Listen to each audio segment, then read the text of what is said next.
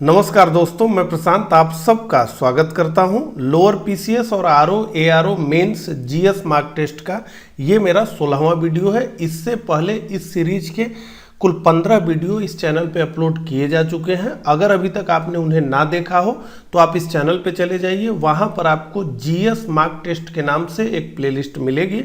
उस प्लेलिस्ट में इस सीरीज के सभी वीडियो आपको एक क्रम से मिल जाएंगे, तो वहां जाकर आप उन्हें देख सकते हैं। दोस्तों, जैसा कि आप जानते हैं, इस मार्क टेस्ट में हम कुल 25 प्रश्नों को देखते हैं जो कि जीएस के सभी सब्जेक्ट्स को कवर करते हैं। इस मार्क टेस्ट की शुरुआत करूं उससे पहले मैं बताना चाहूँगा कि समीक्षा अधिकारी मुख्य परीक्षा 2016 के लिए अगर आप तैयारी कर रहे हैं तो हमने आपके लिए एक संपूर्ण क्रैश कोर्स लॉन्च किया हुआ है। तो जैसा कि आप जानते हैं, अब इस मुख्य परीक्षा में बहुत दिन नहीं बचा है, डेट आ चुकी है। तो संपूर्णता से एक ही जगह से पूरे मुख्य परीक्षा की तैयारी करने के लिए हमारा ये कोर्स आपके लिए बहुत ही हेल्पफुल होगा, ऐसा हमारा विश्वास है। और अगर आप इससे जुड़ना चाहें तो ROARO मेंस लिख करके 9506742546 पर हमें व्हाट्सएप मैसेज करिए। इसी के साथ अगर आप लोअर पीसीएस मेंस का एग्ज़ाम देने जा रहे हैं तो हमने लोअर पीसीएस मेंस के लिए एक टेस्ट सीरीज लॉन्च की है। अगर आप इससे जुड़ना चाहें तो लोअर पीसीएस लिख करके इसी नंबर पे आप हमें व्हाट्सअप करें। इससे जुड़ी हुई जो भी इंफॉर्मेशन होगी वो आपको दे दी जाएगी। तो चलिए इन्हीं सब बातों के साथ इस मार्क टेस्ट की शुरुआत करते हैं। तो हमेशा की तरह पहला प्रश्न एंशिएंट हिस्ट्री से आपके स्क्रीन पे आ चुका है। निम्नलिखित में से किसको भारत पर पहला विदेशी आक्रमण करने का श्रेय दिया जाता है? तो कुल 4 नाम दिए गए हैं, इनमें से आपको उत्तर बताना है। दारा प्रथम, साइरस, जेरेक्सस, कैम्बिसिस। तो देखिए साइरस इसका उत्तर है। हकमानी वंश का संस्थापक था साइरस। आइए व्याख्या को देखा जाए तो भारत पर प्रथम विदेशी आक्रमण हकमानी शासकों द्वारा किया गया। सर्वप्रथम हकमनी वंश का संस्थापक साइरस ने 1558 से 1530 ईस्वी पूर्व भारत पर आक्रमण का असफल प्रयास किया था। इसके पुत्र कैम्बिसिस ने भी भारत पर आक्रमण करने का प्रयास किया था और यह भी अपने पिता की तरह विफल हो गया। लेकिन भारत पर प्रथम सफल विदेशी आक्रमण साइरस के पौत्र डेरियस या दारा प्रथम द्वारा किया गया था। आगे बढ़ते हैं। तो निम्नलिखित युग्मों में कौन सा सही सुमेलित नहीं है? तो एक तरफ तो पुस्तक है और दूसरे तरफ उनके लेखक का नाम दिया गया है और पूछा यह जा रहा है कि इन चारों में से एक सही सुमेलित नहीं है, उसी की हमें पहचान करनी है। तो अष्टधाई तो पाणिनि ने लिखा है, महाभाष्य पतंजलि ने लिखा है, बृहत कथा मंजरी ये सोमनाथ ने ना लिख करके इसे क्षमेंद्र ने लिखा है, और राजतरंगिणी तो कल्हड़ के नाम से विख्यात है ही। तो दूसरे का सी हमारा उत्तर होगा। बृहद कथा मंजरी सोमनाथ द्वारा लिखित पुस्तक नहीं है। आइए व्याख्या देखें। तो क्षमेंद्र द्वारा रचित बृहद कथा मंजरी प्रसिद्ध संस्कृत ग्रंथ है और यह बृहद कथा का अत्यंत रोचक तथा सार गर्भित संक्षेप है। तो यहाँ पर बात पाणिनि की गई है, राजतरंगिणी कल्हड़ की बात की गई है। आप इसे पढ़ सकते हैं। हम आगे बढ़ेंगे। तीसरे प्रश्न पर हम आ गए हैं। मध्यकालीन भारतीय इतिहास से जुड़ा हुआ ये प्रश्न है। निम्नलिखित में से कौन शासक गुलरुखी उपनाम से कविता लिखता था? बहलोल लोदी, सिकंदर लोदी, मोहम्मद बिन तुगलक और इब्राहिम लोदी। तो निश्चित रूप से इसका उत्तर आप लोगों का आ चुका होगा। सिकंदर लोदी तीसरे का बी हमारा उत्तर है। आइए व्याख्या देखें। तो सिकंदर लोदी का नाम निजाम खां था और ये 17 जुलाई 1489 को सुल्तान सिकंदर शाह की उपाधि को धारण करके दिल्ली के सिंहासन पर बैठा। इसे लोदी वंश के सफलतम शासकों में इसे एक माना जाता है और यह सुल्तान दिल्ली सल्तनत का था जिसने आगरा को अपनी राजधानी बनाया। सिकंदर स्वयं गुलरुखी उपनाम से फारसी भाषा में कविता लिखता था। उसने संगीत के एक ग्रंथ लज्जत ए सिकंदर शाही की भी रचना की थी। आगे बढ़ते हैं, चौथे प्रश्न पर हम आ गए हैं। हड़प्पा कालीन स्थल रंगपुर किस राज्य में स्थित है? पंजाब में, पूर्वी उत्तर प्रदेश में, गुजरात में, राजस्थान में।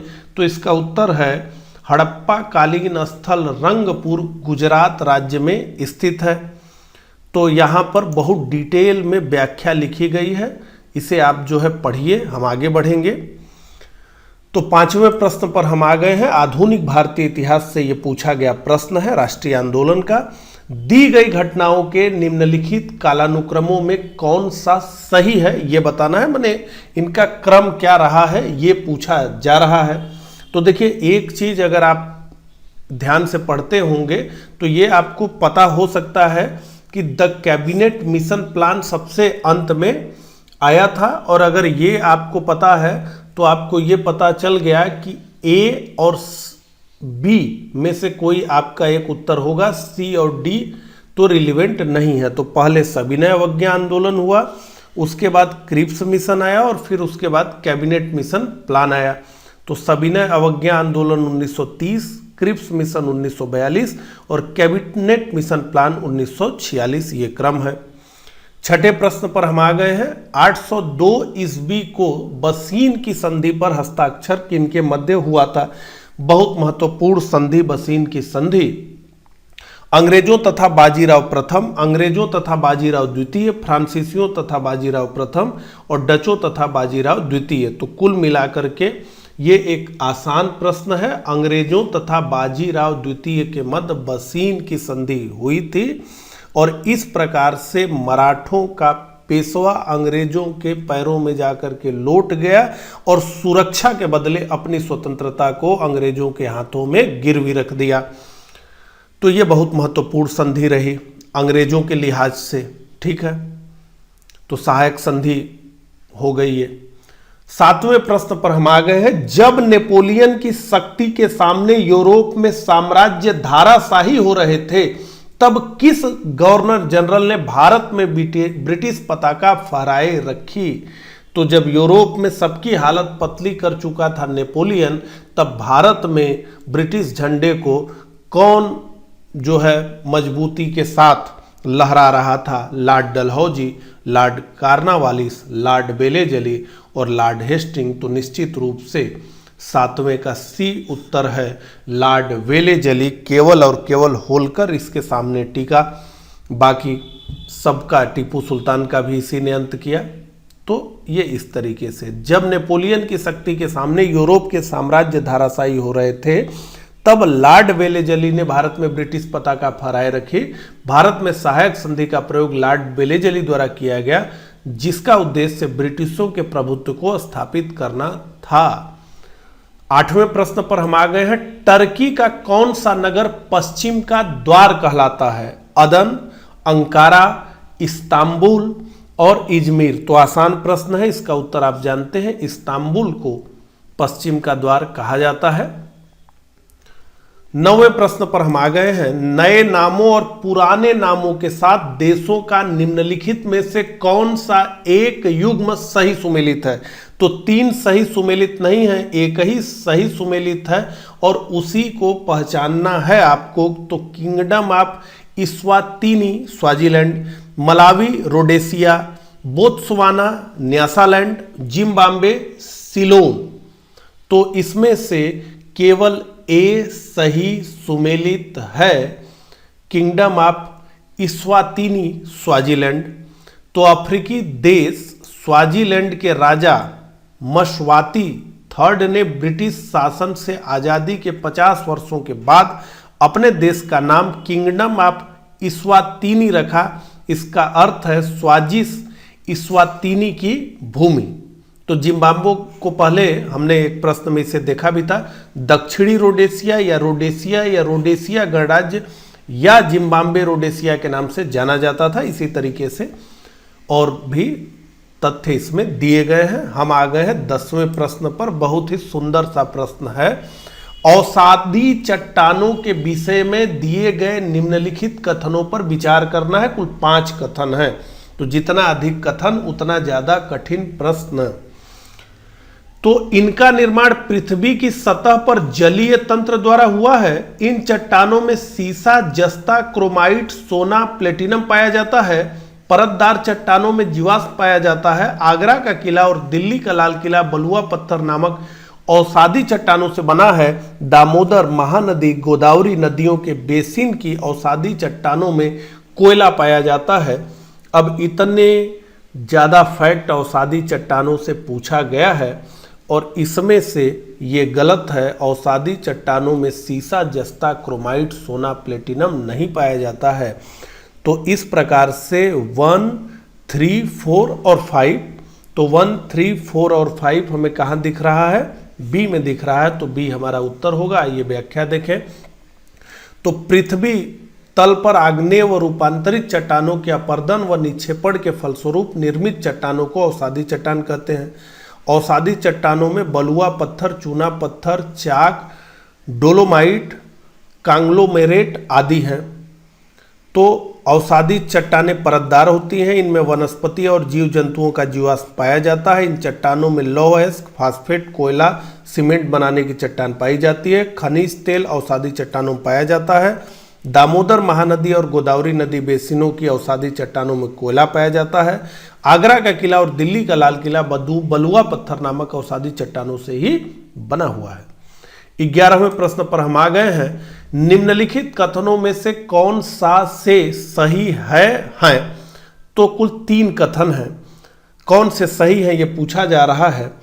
तो अहमदाबाद देश का दूसरा सबसे बड़ा सूती वस्त्र उद्योग का केंद्र है, जिसे भारत का मैनचेस्टर कहा जाता है। गुजरात देश में रासायनिक उर्वरकों का सबसे बड़ा उत्पादक है। भारत में जीरे का सर्वाधिक उत्पादन गुजरात में होता है। तो ये सब के सब कथन सही हैं। तो 1, 2 और 3 यानी डी हमारा उत्तर है। तो अहमदाबाद देश का दूसरा बड़ा सूती वस्त्र उद्योग केंद्र है। इसे भारत का मैनचेस्टर कहते हैं। गुजरात में रासायनिक उर्वरकों का सबसे बड़ा उत्पादक राज्य है पूरे देश में। यह राज्य अकेले ही देश के 1/4 नाइट्रोजन और फास्फेट उर्वरकों का उत्पादन करता है। भारत में जीरे का सर्वाधिक उत्पादन भी गुजरात करता है। 12वें प्रश्न पर हम आ गए हैं। निम्न युग्मों को सही सुमेलित कीजिए। तो प्रशासनिक अधिकरण, संघ की भाषा, प्राथमिक स्तर पर मातृभाषा में शिक्षा की सुविधाएं, धन विधेयक। तो इसमें सबसे आसान क्या होगा उसके तरफ हमें बढ़ना होगा। तो धन विधेयक अनुच्छेद 110, तो डी का 4 ये तो समझ में आता है। तो डी का 4 कहाँ कहाँ है? तो ए और बी में डी का 4 है, यानी सी हमारा उत्तर नहीं होगा, डी हमारा उत्तर नहीं होगा। अब इससे अधिक की हमें जानकारी की जरूरत होगी। तो प्रशासनिक अधिकरण और संघ की भाषा, तो बी हमारा उत्तर है। ए का 2, बी का 3, सी का 1, डी का 4। आइए देखें। तो प्रशासनिक अधिकरणों के बारे में चर्चा की गई है संविधान के अनुच्छेद 323 क में। संघ की भाषा की बात 343 में। प्राथमिक स्तर पर मातृभाषा में शिक्षा की सुविधाएं अनुच्छेद 350 क में। और धन विधेयक अनुच्छेद 110 में। आगे बढ़ेंगे। भारतीय संविधान के संदर्भ में निम्नलिखित कथनों पर विचार करना है। 4 कथन है। समय की आवश्यकता अनुसार संविधान में संशोधन किए जा सकते हैं। संवैधानिक बात की 1 से अधिक व्याख्याएं हो सकती हैं। भारतीय संविधान में कठोरता तथा लचीलेपन का उचित समन्वय है। भारतीय संविधान एक जीवंत दस्तावेज है। तो समय की आवश्यकताओं के अनुसार संविधान में संशोधन किए जा सकते हैं, बिल्कुल किए जा सकते हैं। 100 से ज़्यादा संशोधन हो चुके हैं। संवैधानिक बात की 1 से अधिक व्याख्याएं हो सकती हैं, बिल्कुल हो सकती हैं। कई बार सुप्रीम कोर्ट ने अपने डिसीजन को बदला है। भारतीय संविधान में कठोरता तथा लचीलेपन का उचित समन्वय है, बिल्कुल।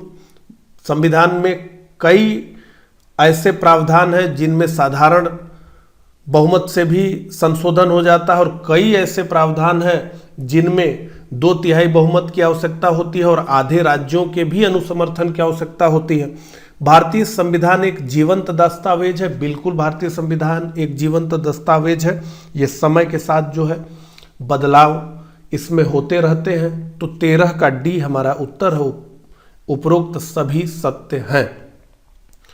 तो यहां पर देखिए, परिवर्तनों के प्रति उदार रवैया के कारण ही भारतीय संविधान जीवंत दस्तावेज कहलाता है। हमारा संविधान कोई जड़ और अपरिवर्तनीय दस्तावेज नहीं है। संविधान के अनुच्छेद 368 में संविधान संशोधन प्रक्रिया का उल्लेख किया गया है। तो भारतीय संविधान में संशोधन 3 प्रकार से होते हैं: साधारण विधि द्वारा, संसद के विशेष बहुमत द्वारा, और संसद के विशेष बहुमत और राज्यों के विधानमंडलों की स्वीकृति से संशोधन। 14वें प्रश्न पर हम आ गए हैं। परमाणु परीक्षण के विरुद्ध अंतर्राष्ट्रीय दिवस कब मनाया जाता है? 28 अगस्त, 29 अगस्त, 30 अगस्त, 31 अगस्त। तो परमाणु परीक्षण के विरुद्ध अंतर्राष्ट्रीय दिवस 29 अगस्त को मनाया जाता है। तो 14 का हमारा उत्तर है बी। आइए व्याख्या देखें। तो संयुक्त राष्ट्र महासभा ने 2 दिसंबर 2009 को एक प्रस्ताव पारित कर प्रत्येक वर्ष 29 अगस्त को इस दिवस को मनाने की घोषणा की थी, और यह उस घटनाक्रम की याद में मनाया जाता है जब 29 अगस्त 1991 को कजाखस्तान में परमाणु परीक्षण स्थल सेमीप्लास्टिक को बंद कर दिया गया था। उद्देश्य क्या है इसका? तो लोगों को परमाणु हथियारों से होने वाले नुकसान एवं उनके दुष्प्रभावों के बारे में जागरूक करना, ये इसका उद्देश्य है। आ गए हम 15वें प्रश्न पर। डीप ओशन मिशन को किस मंत्रालय द्वारा लॉन्च किया गया? विज्ञान और प्रौद्योगिकी मंत्रालय, जहाज रानी मंत्रालय, केंद्रीय पृथ्वी विज्ञान मंत्रालय और विदेश मंत्रालय। तो केंद्रीय पृथ्वी विज्ञान मंत्रालय, ये हमारा उत्तर है 15 का सी। तो डीप ओशन मिशन केंद्रीय पृथ्वी विज्ञान मंत्रालय द्वारा चलाया जा रहा है। इस मिशन का मुख्य उद्देश्य समुद्र के नीतल पर पॉलीमेटालिक नोड्यूल्स को खोजना और उनको बाहर निकालना है। इनका आकार छोटे गोल आलू की तरह होता है, जो मैग्नीज, निकेल, कोबाल्ट, तांबा और लोहे के हाइड्रोक्साइड जैसे खनिजों से बने हैं, और यह लगभग 6000 मीटर की गहराई पर हिंद महासागर की सतह पर बिखरे हुए हैं, जिनका आकार कुछ मिलीमीटर से सेंटीमीटर तक के बीच हो सकता है। इन धातुओं का इस्तेमाल इलेक्ट्रॉनिक उपकरणों, स्मार्टफोन, बैटरी और सोलर पैनल में किया जा सकता है। सूची 1 को सूची 2 से सुमेलित कीजिए तथा दिए गए कूट की सहायता से सही उत्तर चुनिए। तो सूची 1 और सूची 2, तो सूची 1 में संस्थाएं हैं और सूची 2 में वो किस वर्ष स्थापित हुई ये पूछा जा रहा है। तो वैज्ञानिक तथा औद्योगिक अनुसंधान परिषद 1942, रक्षा अनुसंधान एवं विकास संगठन 1958। ए इसका उत्तर है। ए का 1, बी का 2, सी का 3, डी का 4, सभी के सभी सही ही सुमेलित हैं। तो यहाँ पर सारी जानकारी लिखी हुई है। वैज्ञानिक तथा औद्योगिक अनुसंधान परिषद की स्थापना 1942 में। यह स्वायत्त संस्था, प्रधानमंत्री इसके अध्यक्ष होते हैं। रक्षा अनुसंधान एवं विकास संगठन DRDO की स्थापना 1958 में। इसरो का गठन 1969 में। परमाणु ऊर्जा विभाग द्वारा अंतरिक्ष अनुसंधान के लिए भारतीय राष्ट्रीय समिति की स्थापना 1962 में की गई थी। 17वें प्रश्न पर हम आ गए हैं। सेनीरेज शब्द का अर्थ है RBI द्वारा मुद्रित नए नोटों के मूल्य और मुद्रण एवं वितरण की लागत के बीच का अंतर। RBI का अधिशेष जो वह सरकार को लाभांश के रूप में देता है। बेसल 3 मापदंडों का पालन करना।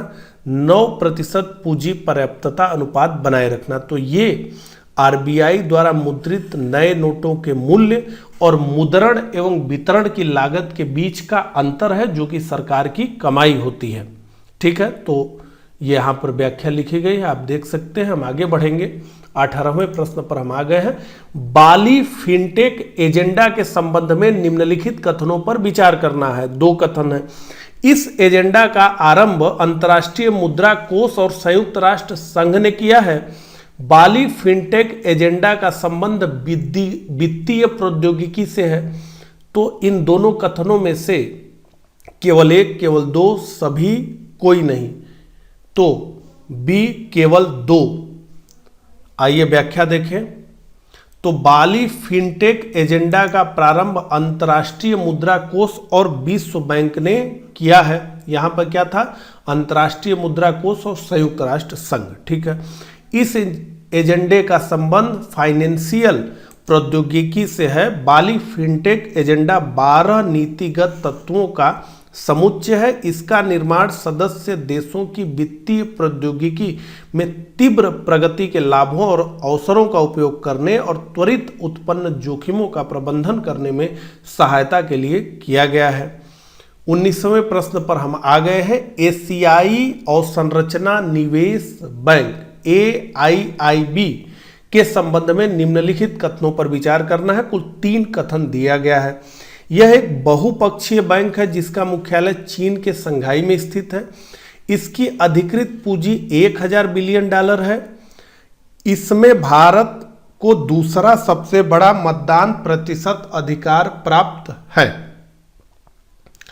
तो इसका मुख्यालय संघाई में नहीं है, ये गलत है। 1000 बिलियन डॉलर नहीं है, 100 बिलियन डॉलर है और ये सही है। इसमें भारत को दूसरे सबसे बड़ा मतदान प्रतिशत का अधिकार प्राप्त है। तो केवल 3 सही है और इसलिए 19 का हमारा उत्तर है ए। तो यह बहुपक्षीय विकास बैंक है जो एशिया और उसके बाहर के सामाजिक और आर्थिक नतीजों में सुधार के लिए एक मिशन के रूप में कार्य करता है।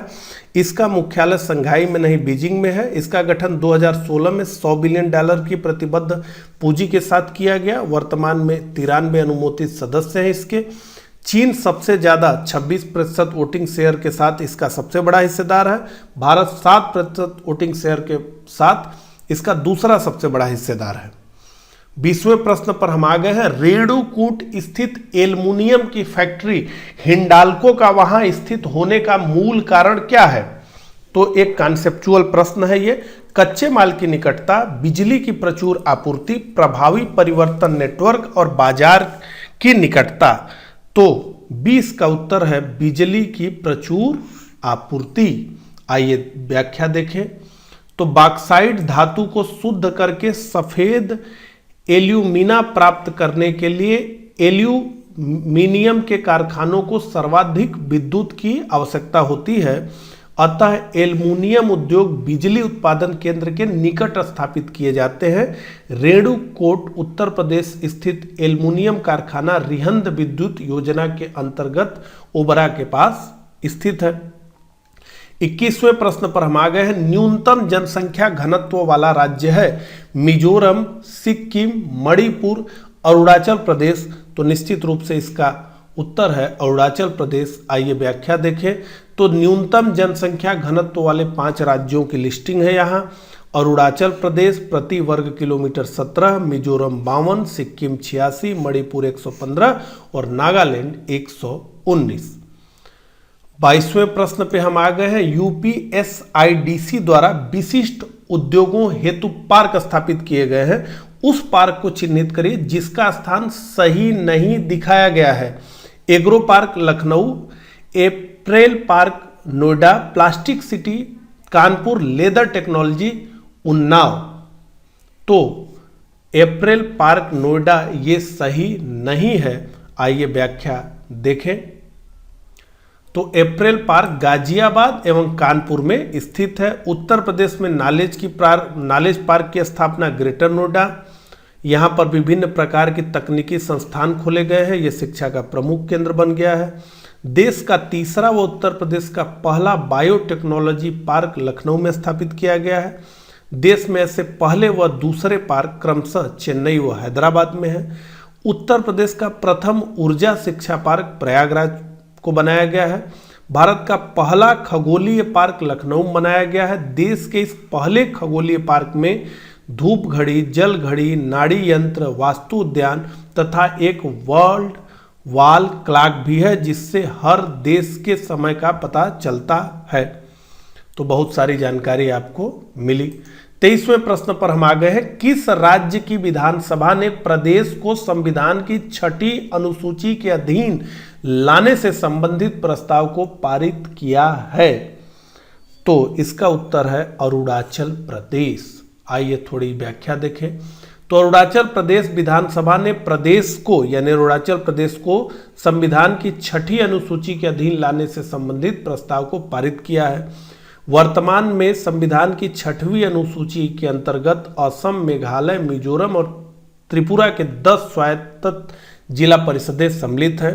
6ठी अनुसूची स्वायत्त क्षेत्रीय परिषद और स्वायत्त जिला परिषदों के माध्यम से आदिवासियों के अधिकारों की रक्षा का प्रावधान करती है।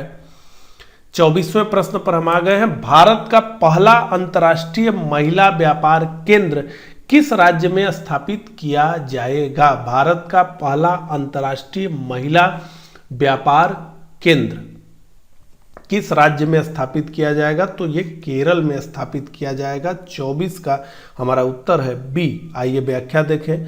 तो केरल में भारत का पहला अंतर्राष्ट्रीय महिला व्यापार स्थापित किया जाएगा।